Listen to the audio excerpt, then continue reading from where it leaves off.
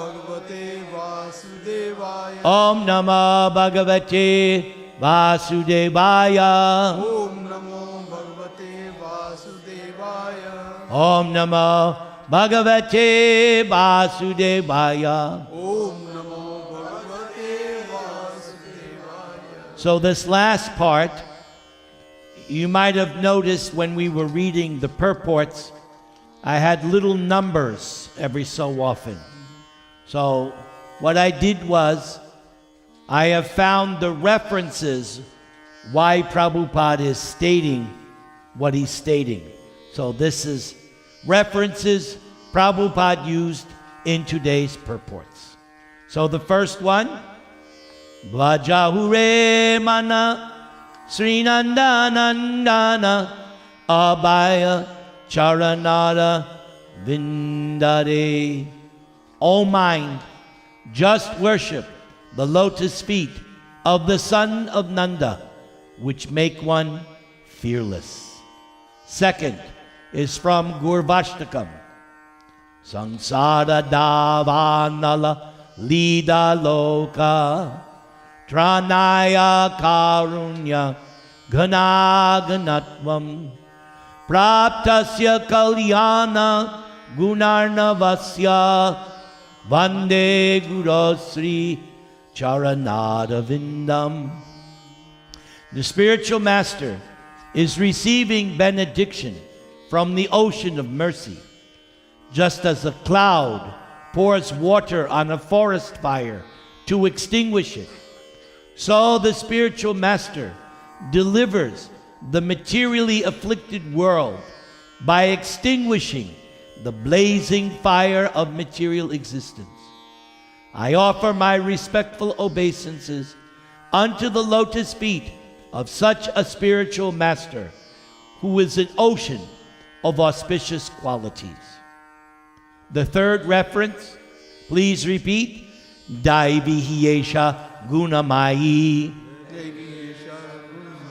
Mama Maya Duratyaya Mam Evaye Prapadyante Mayam Etam Charantite. This divine energy of mind, consisting of the three modes of material nature, is difficult to overcome, but those who have surrendered unto me can easily cross beyond it. Fourth reference. Prabhu, question. Why it says this divine energy? This question was asked previously, and we will answer it once again. So, from Krishna's aspect, it's his energy. Divine in the sense that it's coming from Krishna. But for us, it's not so divine, because Krishna is not affected by this divine energy, but you and I are. So it's not so divine, is it, when we suffer the threefold miseries? Why? What? I look at it this way, it's his energy, so it's divine. Yes, but if you violate the modes of nature, you see it as divine arrangement? It is divine. Okay, I okay. may not like it. Okay, that no, if you have that vision, that's fantastic. I may not like Yeah, it, but that's good. But most people don't have that vision. Most people just see, oh, the material energy is punishing me. But I cannot, if you have that understanding that then that you are Vanchakalpatarubhyascha. You are advanced. Yes, because that is how the pure devotee, yes, the pure devotee has your vision. I agree. The pure devotee has that vision. But that's for the Uttama Adhikari. The Madhyama Adhikari has to make a distinction between the material energy in order to preach. But if you're on the Uttama Adhikari, then you have, so Batuk has just revealed, he didn't mean to, but Batuk has just revealed, he's an Uttama Adhikari. Vancha kalpatarubhyascha kripa sindubhyaya vacha patitanang bhavanebhyo. Can you please bless us that we get to that stage? Okay, next reference. Krishna Surya Sama Maya Hoya Andakar Jahan Krishna Tahan Nadi Mayara Adhikar. Lord Chaitanya instructs, Krishna is compared to sunshine and Maya is compared to darkness. Wherever there is sunshine, there cannot be darkness. As soon as one takes to Krishna consciousness, the darkness of illusion, the influence of the external energy will immediately vanish. Next reference from the Brahma Samhita. Ramadi Murtishu Kala Niyamena Tishtan Nanavataram Akarod Bhuvaneshu Kintu Krishna Swayam Samabhavat Paramak Pumanyo Govindam Adi Purusham Tamahang Bhajami. Lord Brahma prays, I worship Govinda, the primeval Lord, who manifested himself personally as Krishna and the different avatars in the world, in the forms, everybody say, Ram, Nrsimha, Vamana, etc., as his subjective portions. Next reference. Ete Changcha Kala Pungsa Krishnastu Bhagavan Swayam Indriyari Vyakulam Lokam Mridayanti Yuge Yuge. Sutta Goswami says, all these incarnations of Godhead are either plenary portions or parts of the plenary portions of the Purusha avatars. Who are the Purusha avatars? Mahavishnu, Garbhodakshayi Vishnu. Thank you. But Krishna is the Supreme Personality of Godhead himself. In every age, he protects the world through his different features when the world is disturbed by the enemies of Indra. What do we call the enemies of Indra? Asuras, Asur. Aha, Indrari. But in English, who are the enemies of Indra? The Asuras. Asuras, the demons. Demons. Yes. All right, next reference. Aham Sarvasya Prabhavo Matak Sarvam Pravartate Iti Matva Bhajante Mam Buddha Bhava Samanvita. I, Krishna, am the original source of everything. Everything emanates from me. The wise who perfectly know this engage in my service with love and devotion. So when Krishna says, everything emanates from me, there are no exceptions. Everything emanates from Krishna. Radharani emanates from Krishna. Because we have the fire. What are the energies emanating from the fire? Heat and light. Right. So Krishna has so many energies emanating. We emanate from Krishna, yes or no? Yes. Yes. Balaram, all the different, everything comes from Krishna. All right, next reference. Etad yonini bhutani Etat yoni bhutani sarvani upadaraya sarvanitya aham kritsnasya jagata aham krishnasya jagata prabhava pralayastata. All created beings have their source in the two natures, material and spiritual. Of all that is material and all that is spiritual in this world, know for certain that I am both the origin and dissolution. Next reference. Ye chaiva sattvika bhava rajasas tamasas chaye mata evete tan vidhi natva hangteshu te mahi. Know that all states of being, be they of goodness, passion, or ignorance, are manifested by my energy. I am in one sense everything, but I am independent. I am not under the modes of material nature, for they, on the contrary, are within me. Now the next reference from the Shvetashvatara Upanishad. Natasya karyam karanam cha vidyate natat shamas chabyadikas cha drishyate parasya shaktir vividhaiva suyate swabhavaki jnana bala kriyacha. The Supreme Lord is one without a second. He has nothing to do personally, nor does he have material senses. No one is equal to him or greater than him. Gopika, what is that name?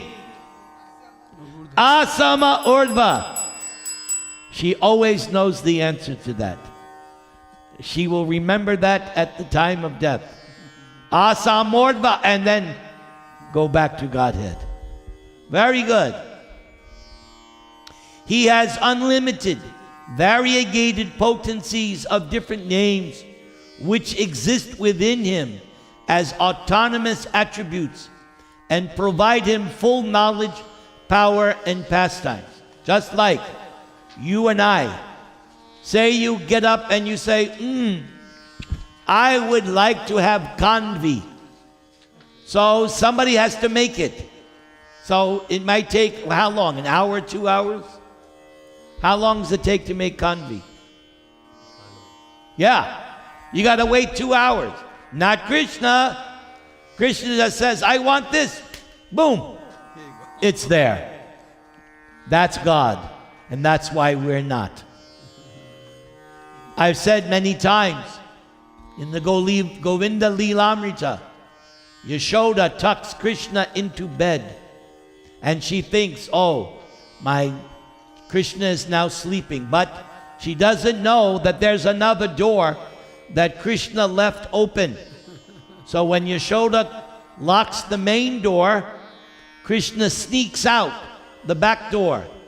And as soon as he goes there, the land of Vrindavan takes Krishna to the appointed rendezvous where Radharani and the gopis are waiting.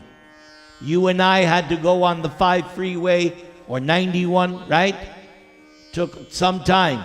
Not Krishna. Boom. Yes, sir. Okay, you and I, we have duties and obligations. Krishna has no duties and obligations. Whatever he does out of pleasure. But there's nothing forcing him. That's the context. We have so many things we have to do, duty bound. Not Krishna.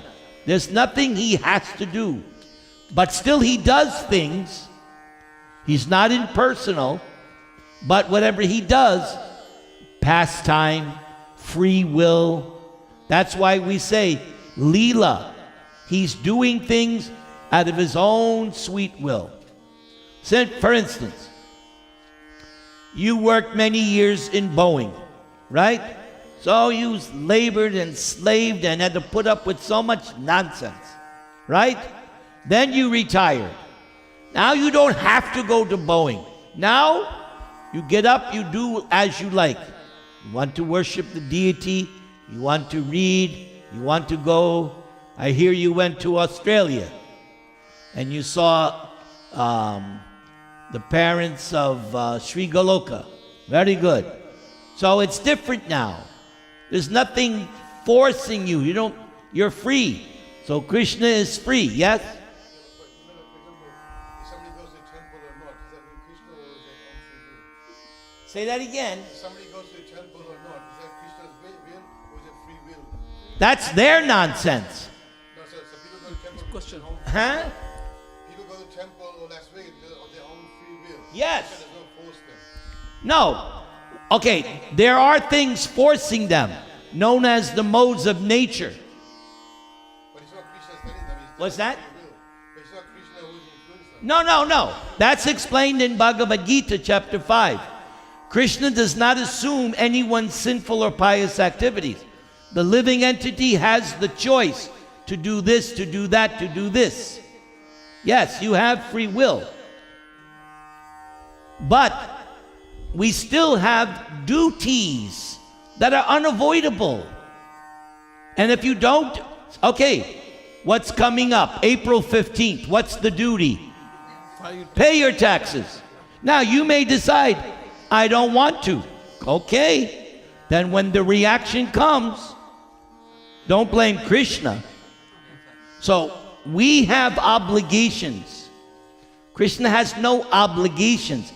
He does what he wants freely. Now, yes, as a human being, we can't blame Krishna for our nonsense. That's on us.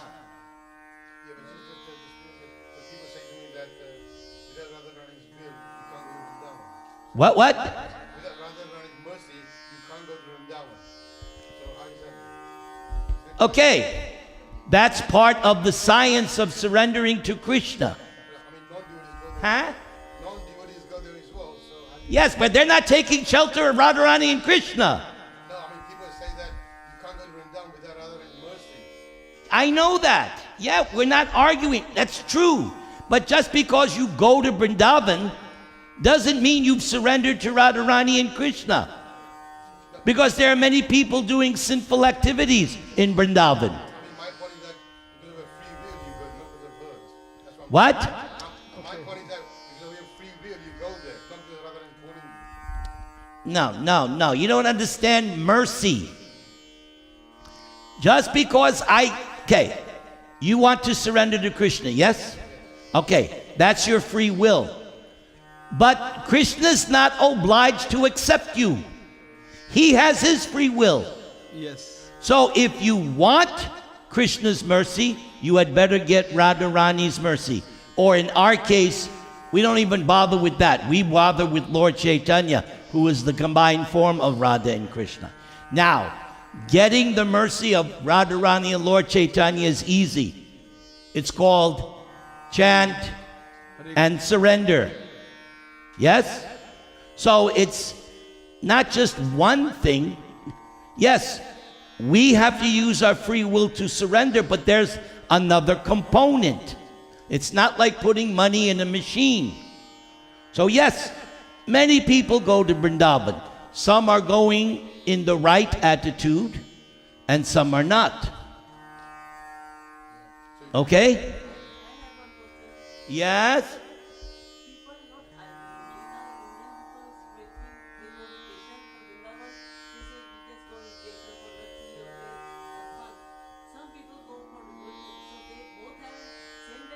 No,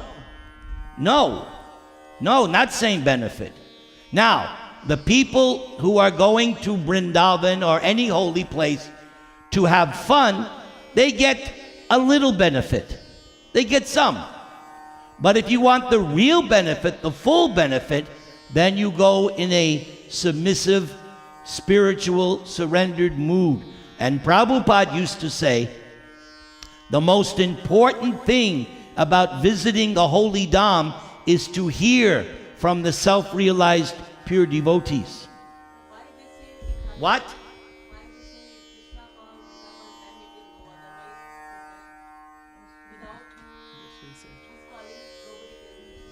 Krishna is in the heart of everyone. What did we learn in chapter 15? You should all know this. What is Krishna doing in the heart? Knowledge, Knowledge? remembrance, fulfillment. Okay. Still, Krishna does not interfere with the person's free will. If the person wants to forget Krishna, what does Krishna do? He lets Helps him to forget. And if somebody wants to remember Krishna, what does Krishna do? He helps you to remember. Exactly. So again, everybody is seeing things very simplistic. It's not like that. It's dynamic. There are different things going on at the same time. It's not mechanical. Lots of things. You have your part. Krishna has his part. So yes, you need Krishna. You need Radharani. You need Guru. But before that, you have to make the decision. Krishna's not going to... Now, Krishna will help you, right? Krishna will send you a text message in your heart. Psst, psst. Might want to go to Namahat today. Nah, I don't want to go. I want to go to Las Vegas. That's up to you. But Krishna is reminding us because we're devotees. Right? Can we continue? Yes. Or do you still want to? In the, Huh? sometimes it's remind us in the heart, like I said, like Chaitya Guru. Yeah? So that way, Krishna direct the person. If the person is really he was surrendering before, if he never surrendered, sometimes he send in the form way, I think. Otherwise, like so many people, devotees come and do the kirtan and can join us. They don't agree. They are non-devotees. But people who are devotees before, they went out from the in the material world. Sometimes Chaitya Guru remind us. And sometimes Krishna acts externally. Yeah. Krishna will send someone. Bilva Mangala Thakur approached the prostitute, but the spiritual master came and took over and spoke through the prostitute. And then he realized, I'm in Maya. And then poked out his eyes. So Krishna also works externally through devotees. And some people, that is, in my case, Krishna didn't come to me. How did I begin? Through devotees. Kamlesh, didn't you meet devotees in England? Huh? Yeah. So the devotees, that's a big factor. All right. Can we move on? Yes. All right, let's go to reference number 8. Again, Bhagavad Gita. Samoham sarvabhuteshu Sarvam sarvabhuteshu namadveshosti na priya ye bhajanti tumam bhaktya Vajanti tumam mayite teshu chapyaham. I envy no one, nor am I partial to anyone. nor I am partial to anyone. I am equal to all. I am equal to all. But whoever renders service unto me Whoever renders service unto me in devotion in devotion is a friend, is a friend, is in me, is in me. and I am also a friend to him. I am also a friend. So this is a very deep verse of Bhagavad Gita. Not just one simple thing. There are different things going on. You have to be able to intelligently accommodate more than one thing going on. It's not like all these other religions. Don't do this. That's it. That's for the mudhas. Bhagavad Gita is for people who have a brain. All right? You have to be able to accommodate more than one thing. So, first thing, Krishna envies no one. That's the first thing. He's not partial to anyone. Next thing, equal to all. Now, that remains intact. Don't mess with that. But, that still is true, right? He just stated 3 things that are absolutely true. They never change. But, Whoever renders service unto me in devotion is a friend, is in me, and I am also a friend to him. So, second thing, the other thing is still there, doesn't change. But now you're getting some deeper confidential information. If you render service to me in devotion, you become my friend. You will be in me, and I'll be your friend. Still, Krishna is not envious. Krishna is not partial. Krishna is equal. Two things existing together. That's transcendental spiritual knowledge. Next reference. Sarvayonishi kaunteya murtaya sambhavantiya tasam brahma mahadyonir ahang bija pradapita. It should be understood that all species of life, O son of Kunti, are made possible by birth in this material nature, and that I am the seed-giving Father. Spiritual seeds. Spiritual. Next verse. Mamai bangsho jiva loke jiva bhuta sanatanaha manakshastan indriyani prakriti sthani karshati. The living entities in this conditioned world are my eternal fragmental parts. Due to conditioned life, they are struggling very hard with the six senses, which include the mind. So this struggle in the material world is only because we have accepted a conditioned existence. But if you execute Krishna consciousness, gradually you rise above the struggle. You rise above. Kapila Dev tells Devahuti, Bhakti dissolves the subtle body. What's the first thing Lord Chaitanya says? What's his first line in Shikshastakam? Chaito Darpana Marjanam. Same thing. The mind is the subtle body. Lord Chaitanya says, cleanse it. And Kapila Dev says that Bhakti Yoga dissolves it. So devotional service, which is the conclusion of Bhagavad Gita, yes, Kamlesh confirms, same message. All right. Next section is from Chaitanya Charitamrita. Jivera Surupahai Krishnera Nityadas Krishnera Tatasta Shakti Veda Ved Prakash Suryangsha Kirana Yaiche Agni Jwala Chai Swabhavaka Krishnera Tina Prakara Shakti Hoy. Lord Chaitanya instructs, it is the living entity's constitutional position to be an eternal servant of Krishna because he or she is the marginal energy of Krishna and a manifestation simultaneously one with and different from the Lord, like a molecular particle of sunshine or fire. Krishna has three varieties of energy. So this first statement, there's a lot there.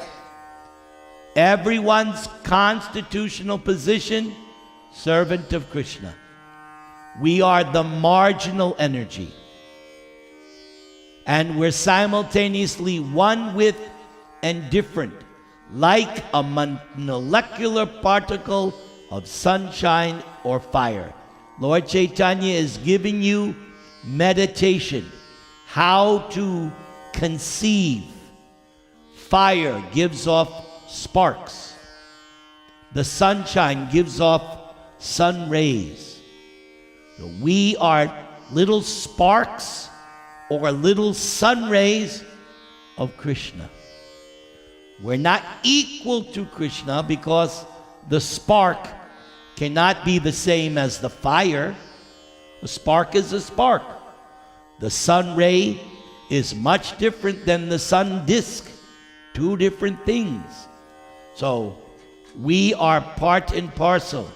Then it said Krishna has three energies. So the next, this is also Lord Chaitanya continuing to explain what he just said. Follow along. Lord Krishna naturally has three energetic transformations. And these are known as the spiritual potency, the living entity potency, and the illusory potency. So those are the three general categories. In the spiritual potency, there are so many spiritual energies. Okay? The living entity, that's us.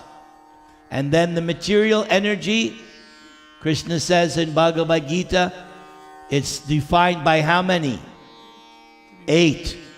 Earth, water, fire, air, sky, mind, intelligence, false ego. In Bhagavatam, in the 11th canto, it's explained 9, and they have different ways of calculating. But in Bhagavad Gita, Krishna says 8. Let's continue. Originally, Krishna's energy is spiritual, and the energy known as the living entity is also spiritual. Isn't that the first lesson of Bhagavad Gita? Okay. However, there is another energy called illusion, which consists of fruitive activity. Fruitive activity is something other than devotional service.